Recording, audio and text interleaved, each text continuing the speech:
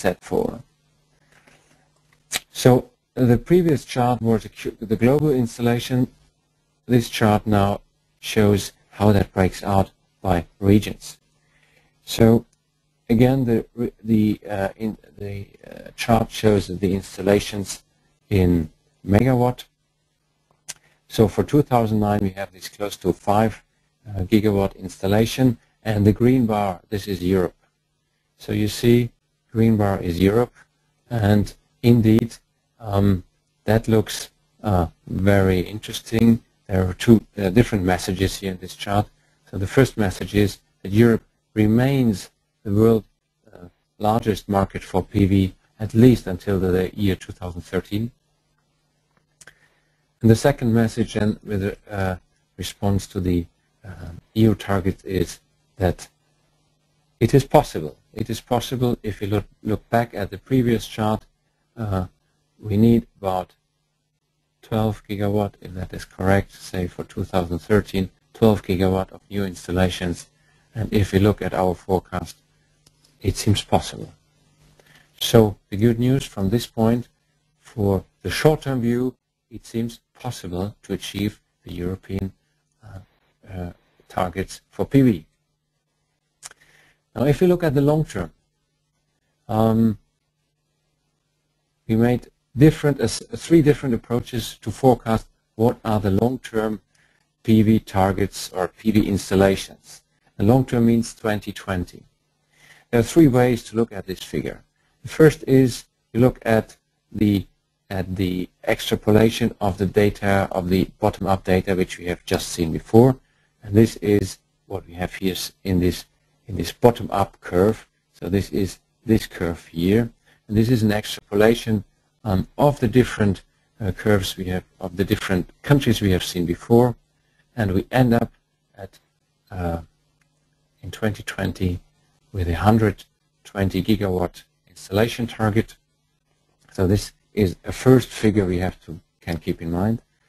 Now the second approach is that we took, for the most important countries, an energy target of 1 to 2% of the primary energy consumption to be provided by photovoltaics, and broke that down again and in installations. Now the interesting figure here is that you really end up again at a huge number of 120, even larger number of PV power installed by 2020. The third approach is that we counted the political targets given today for the different regions as if they are available, and included and try to extrapolate this. So this is the red curve. So the red curve ends up at somewhere in the 30-35 gigawatt by 2020. Now the question is, which of these curves is more reliable and which we should take into account? If you look back at the political announcements of and say commitments to PV, you will see that these are always overcome. So from our point of view, the political targets given of today do not forecast, do not take into account the real PV market evolution. So from our point of view, we have to have these figures in mind, which are on the one hand, the blue one, the light blue, is a bottom-up extrapolation from iSupply forecast, and the blue one is a top-down of the PV contribution to primary energy consumption.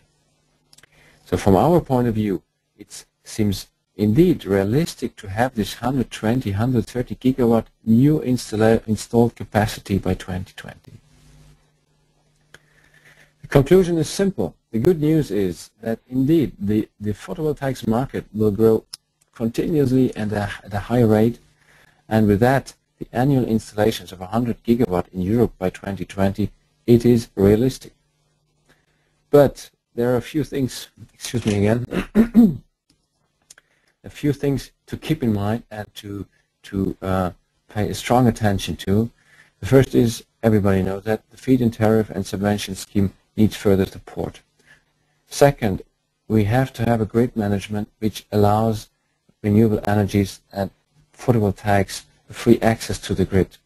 We believe the grid management has to be separated from the traditional energy suppliers, otherwise there will be conflicts of interest. The grid access for renewables is necessary, otherwise the investment cases will not work, and this will of course hinder the investment and the market-driven investment in PV.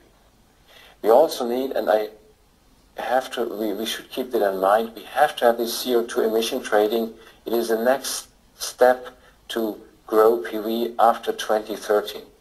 If fossil energies resources will not become more expensive, then PV will not get as attractive and as self-sustainable as it should be and as it can be. Also, the CO2 emission trading revenues can easily then be spent for renewable energies, and also it gives an additional stimulation to self-consume renewable energies by providers in countries which do not have the power, the economic power to support renewable energies by themselves. With that, I want to conclude. If there are any questions, please address this to me by email. Thank you.